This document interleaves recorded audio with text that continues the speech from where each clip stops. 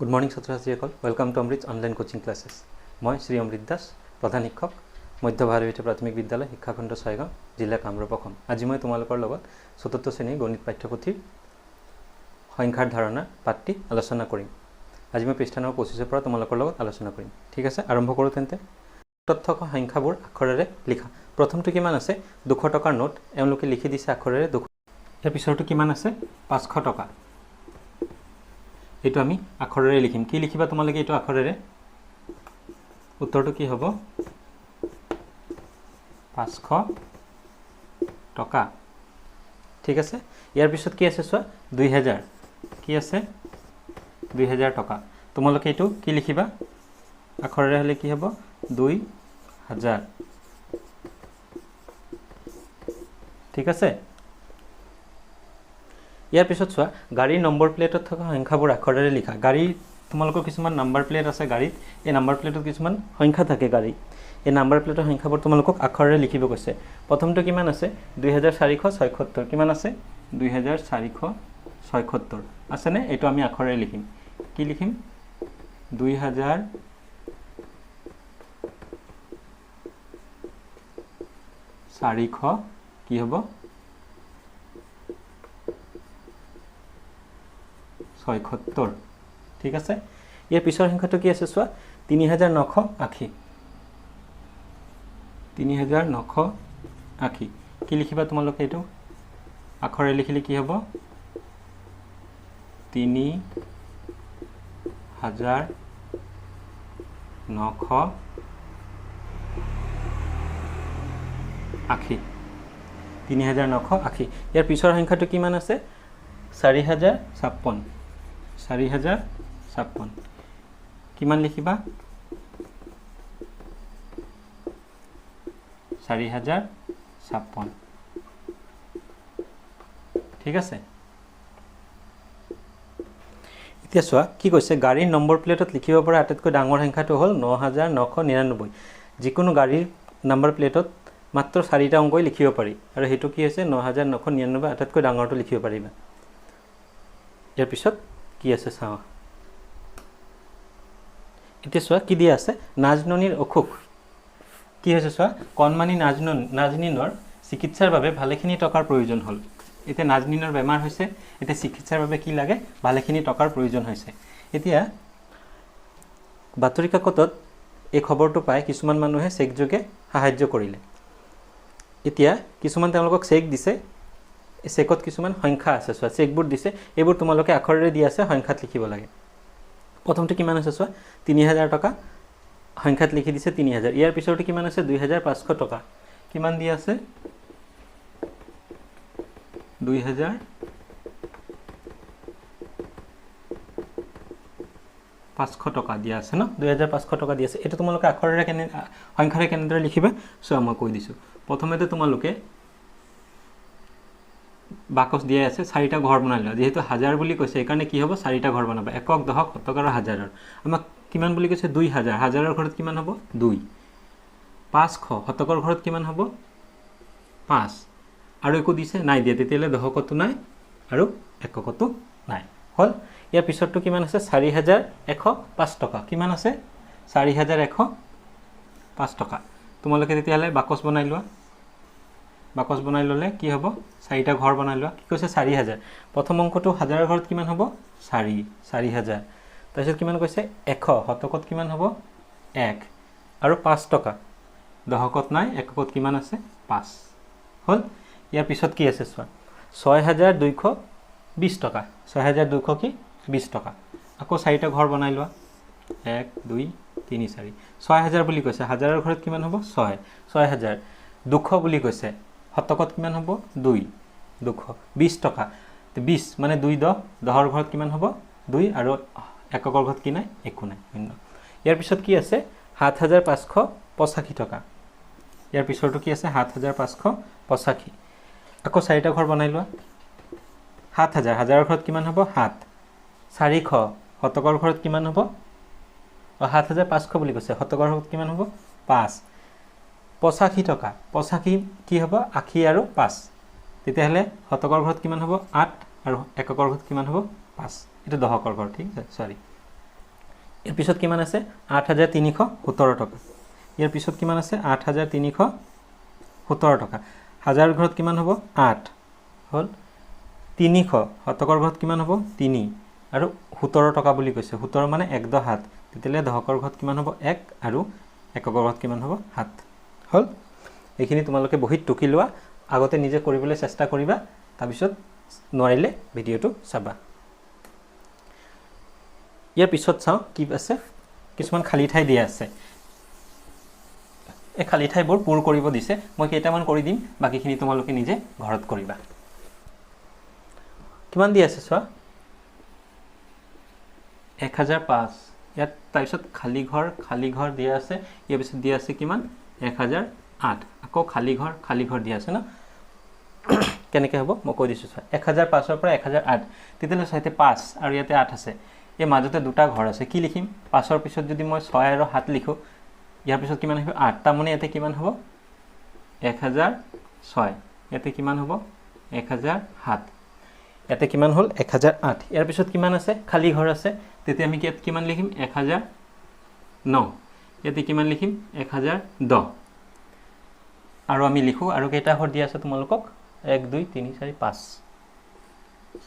5 ইয়াতে কিবা এটা দিয়া আছে না 1010 ইয়াতে কিমান লিখিম 1011 ইয়াতে কিমান হ'ব 1012 ইয়াত কিমান হ'ব 1013 ইয়াত কিমান হ'ব 1014 লৈকে আছে এইটো ঘৰ আৰু নাই 10 11 12 13 14 লৈকে আছে ঠিক আছে ইয়াৰ পিছৰটো চোৱা কিমান আছে ইয়াৰ পিছৰটো কি আছে চোৱা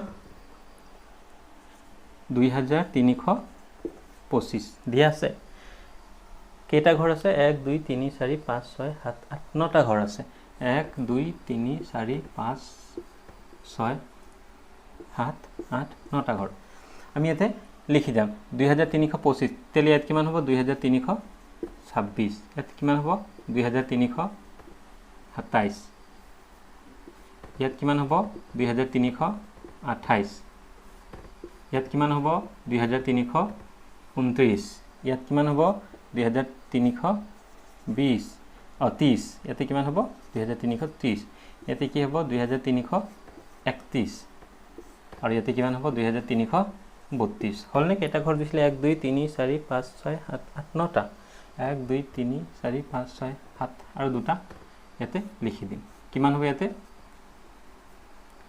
2333 আৰু এটা ঘৰ কিমান হ'ব তেতিয়া হলে তোমালোকৰ 2334 হল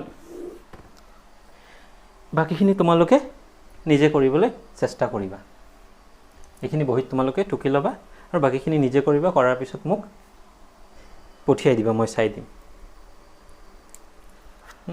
ইয়াৰ পিছত কি আছে চাবা তোমালোকৰ 3476 আছে 4893 আছে এইখিনি তোমালোকে ইয়াৰ পিছৰ সংখ্যাখিনি ক্ৰমত লিখি গৈ থাকিবা যিমান লিখি দিয়া আছে ইয়াৰ পিছত এই পৃষ্ঠাটোত মই তোমালোকক হেখৰ ফালৰ পৰা দুটা কৰি দিম হেখত কি আছে 9835 কিমান আছে 9835 আকৌ নটা ঘৰ দিয়া আছে 1 2 3 4 5 6 7 8 9 লিখিম আমি 9835 তেতে 35 ৰ পিছৰ সংখ্যাটো কি হ'ব 36 কি হ'ব 9836 ইয়াৰ পিছৰ সংখ্যাটো কি হ'ব 9837 ইয়াৰ পিছৰ সংখ্যাটো কি হ'ব 9838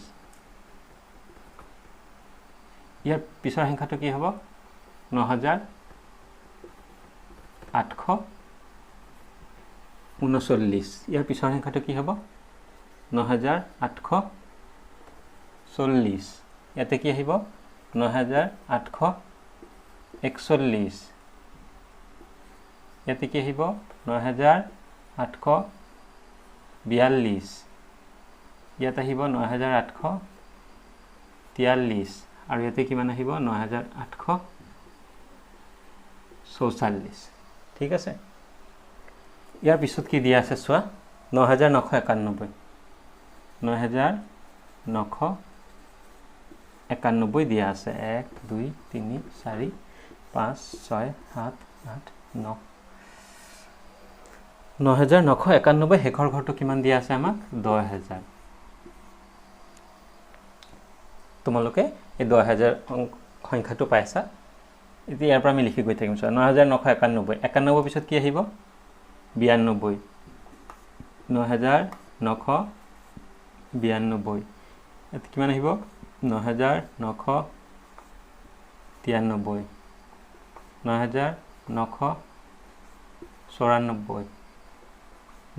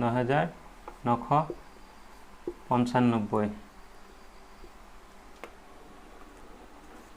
৯৯৯৯ ৯৯৯৭ ৯৯৯৯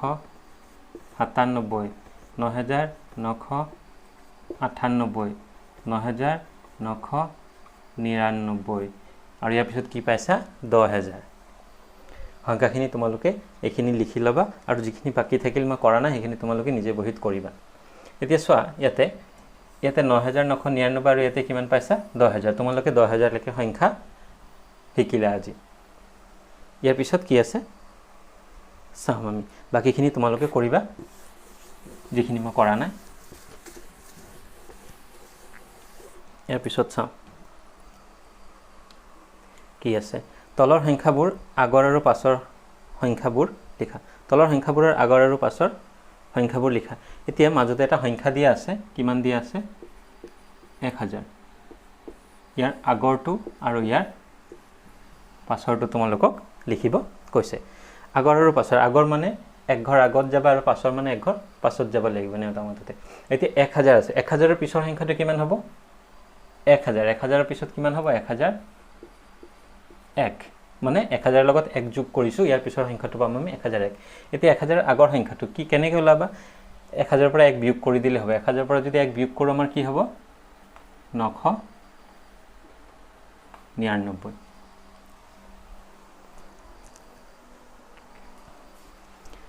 আচ্ছা ইয়াৰ পিছত কি আছে চোৱা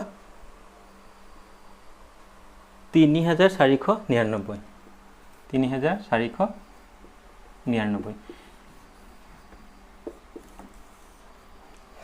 ইয়াৰ আগৰ আৰু পাছৰ সংখ্যা লিখিম এটো কি হ'ব আগৰ এটো কি হ'ব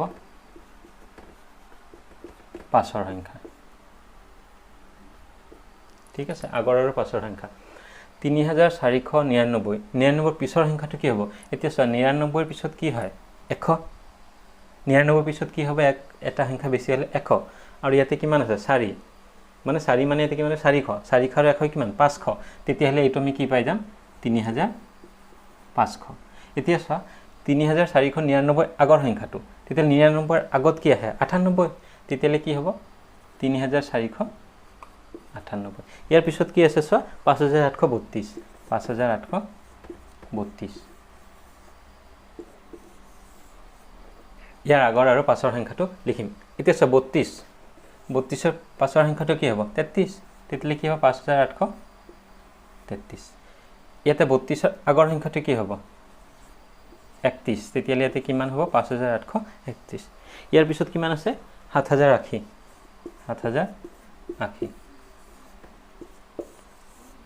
আশীৰ পিছৰ সংখ্যাটো কি হ'ব ৮১ তেতিয়ালে কি হ'ব ৮১ ৭৮৮১ আৰু আশীৰ আগৰ সংখ্যাটো কি হ'ব আশীৰ আগৰ সংখ্যা ৭৯ তেতিয়ালে কি হ'ব ৭৯ হল ইয়াৰ পিছত কি আছে ২৩৫০ ২৩৫০ আচ্ছা ২৩৫০ ৫০ৰ পাছত কি আহে ৫১ কি হ'ব ২৩৫১ আচ্ছা ৫০ৰ আগত কি আহে ৪৯ তেতিয়ালে কি হ'ব ২৩৪৯ ইয়াৰ পিছৰ সংখ্যাটো কি আছে মিছা ৪৮০০ ৪৮০০ ৪৮০০ আচ্ছা ৪৮০০ৰ ৮০০ আছে ন ৮০০ৰ পিছত কি আহিব ৮০১ কি আহিব ৮০১ আচ্ছা এতিয়া ৮০০ৰ আগৰ সংখ্যাটো কি আহিব ৮০০ৰ আগৰ সংখ্যাটো কি আহিব ৮০০ৰ আগৰ সংখ্যাটো আহিব ৭৯ 99 কেনেকৈ উলিয়াইছোঁ চোৱা 800 ন 800ক তোমালোকে কি কৰা এই 800ক 700 আৰু 100ত ভাগ কৰি লোৱা ঠিক আছে এতিয়া 100 100ৰ পৰা 100ৰ আগৰ সংখ্যাটো কি হ'ব 99 ইয়াতে থাকিল কিমান 700 কি হ'ব 99 এটো ইয়াতে লিখিছো তে কিমান হ'ব 4799 এখিনি তোমালোকে বহিত টুকি লবা আৰু বাকি দুটা আছে সেই দুটা তোমালোকে নিজেই কৰা ঠিক আছে আজি তেন্তে ইয়াতে শেষ কৰো ইয়াৰ পিছৰ ভিডিওটোত মই তোমালোকৰ লগত পৃষ্ঠা নম্বৰ 27 পৰা আলোচনা কৰিম তোমালোকৰ যদি ভিডিওটো চাই ভাল লাগে তে ভিডিওটো শেয়াৰ কৰিবা আৰু সাবস্ক্ৰাইব কৰিবলৈ নাপাহৰিবা থ্যাংক ইউ